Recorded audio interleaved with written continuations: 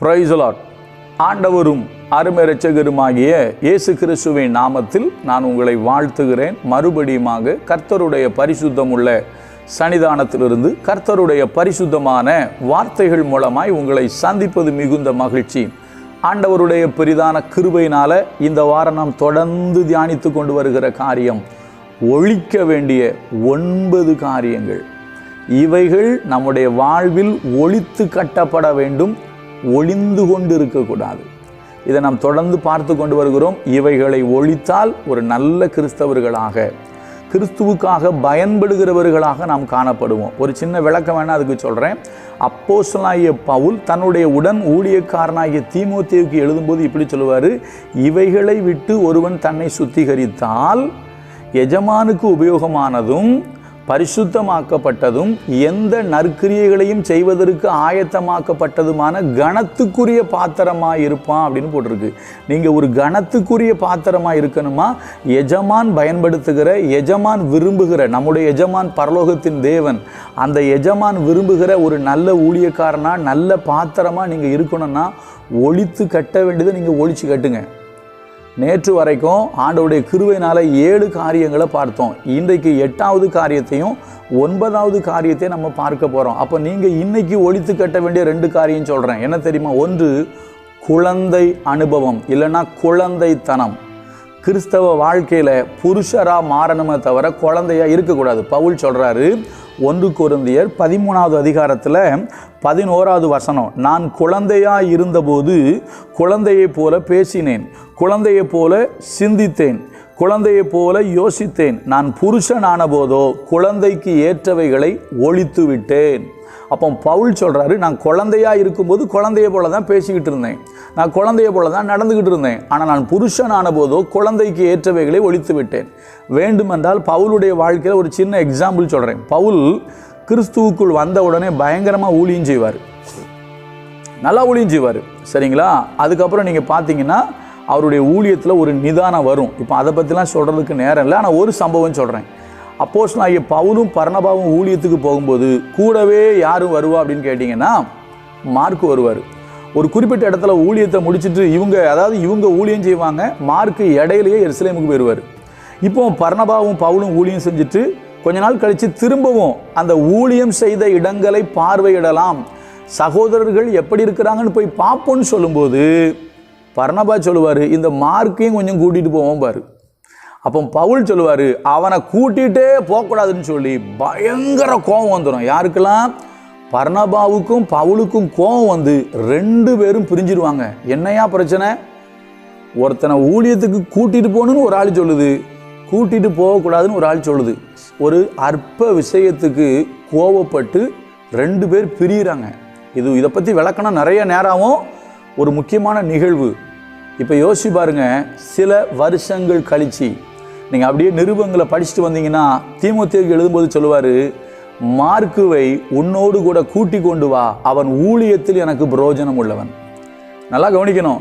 எந்த மார்க்குவை ஒரு முறை வேண்டாம் என்று பவுல் சொன்னாரோ அதே மார்க்குவை கூட்டிட்டு வா, எனக்கு அவன் பிரயோஜனமானவன் சொல்லுவார். தெரியுமா? மார்க்கும் மாறி இருப்பார், பவுலும் மாறி இருப்பார். இதான் வளர்ச்சி, சரியா? முதல்ல புதுசு குழந்தை அனுபவம், கோபம் வந்துட்டு கோவப்பட்டு என்ன பண்ணுறாரு, பர்னபாவே முறைச்சிக்கிட்டாரு. ஆனால் இப்போ சொல்கிறாரு, மார்க்குவையும் கூட்டிகிட்டு வாப்பா, அவன் எனக்கு ஊழியத்தில் ரொம்ப பிரயோஜனம் உள்ளவன்ப்பா. புரியுதா? அந்த வித்தியாசம். நமக்கு ஆவிக்குரிய வாழ்க்கையில் வளர்ச்சியை பார்க்கணும், வித்தியாசத்தை பார்க்கணும், சரியா? குழந்தைத்தனமாக நாம் இருக்கக்கூடாது. அதனால தான் அவர் சொல்கிறாரு, நான் குழந்தையாக இருந்த பொழுது குழந்தையை போல பேசினேன், குழந்தையை போல சிந்தித்தேன், குழந்தையை போல யோசித்தேன். நான் புருஷனான போதோ குழந்தைக்கு ஏற்றவைகளை ஒழித்து விட்டேன். அப்போ அருமையான கர்த்தருடைய பிள்ளைகளே, குழந்தைத்தனத்தை நீங்கள் ஒழித்து விடுங்கள், வளர்ச்சி அடையுங்க, சரியா? இன்னொன்று சொல்லட்டுமா? யாக்கோபு சொல்கிறாரு, புருஷன் யார் தெரியுமா? ஒருவன் சொல் தவறாதவனானால் அவன் பூரண புருஷன் அப்படிங்கிறாரு. அப்போ தேவனுடைய மனுஷர்களாகிய உங்ககிட்ட, என்கிட்ட, வளர்ச்சி அடைந்தவங்ககிட்ட வார்த்தை சுத்தமாக இருக்கணும், சொல் தவறக்கூடாது. சங்கீதத்தில் போட்டிருக்கு, ஆணையிட்டதில் நஷ்டம் வந்தாலும் தவறாது இருக்கிறான், வார்த்தையில் சரியாக இருப்பான், அவன் தான் புருஷன். அப்போ கர்த்தர் சொல்றாரு, நீ குழந்தைக்கு ஏற்றவைகளை ஒழித்து விட்டு நீ புருஷனாய் மாறு. அப்போ இது 8வது காரியம். அடுத்தது 9வது காரியம். அப்போஸ்தலனாகிய பவுல் சொன்னது. இதுலேயும் ஒரு முக்கியமான ஒரு புள்ளியை நம்ம பார்த்து நம்ம நிறைவு செய்ய போகிறோம். என்ன அப்படின்னா 2 தீமோத்தேயு 5வது அதிகாரத்தில் 2 கொரிந்தியர் 5வது அதிகாரத்தில் 17ஆம் வசனம், இப்படி இருக்க ஒருவன் கிறிஸ்துவுக்குள் இருந்தால். அப்போ இப்படி இருக்குன்னு போட்டிருக்குன்னா அதுக்கு மேலே சில விஷயங்கள் இருக்குன்னு அர்த்தம். அதை நீங்கள் கொஞ்சம் ஆழ்ந்து படிக்கணும். சரியா? இப்படி இருக்க ஒருவன் கிறிஸ்துவுக்குள் இருந்தால் புது சிருஷ்டியாக இருக்கிறான், பழையவைகள் ஒளிந்து போயின, எல்லாம் புதிதாயின. அப்போ பவுல் அங்கு சொல்கிறாரு, நான் குழந்தைக்கு ஏற்றவைகளை ஒழித்து விட்டேங்கிறாரு.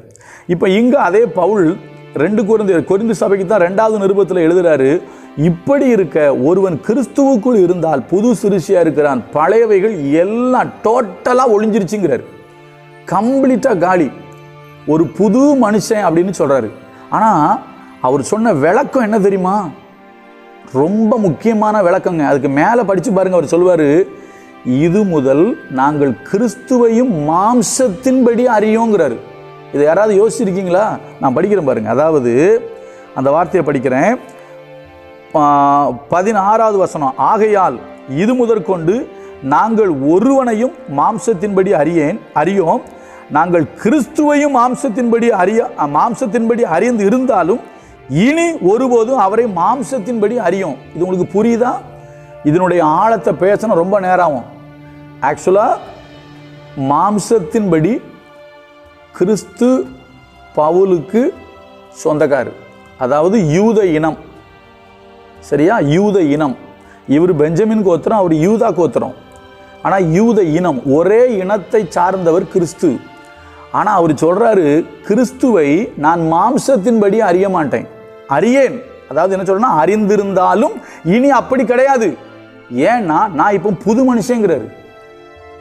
எவ்வளோ ஒரு முக்கியமான விஷயம் தெரியுமா இது? இதை குறித்து யோசிக்கணும், நம்ம ரொம்ப யோசிக்கணும்.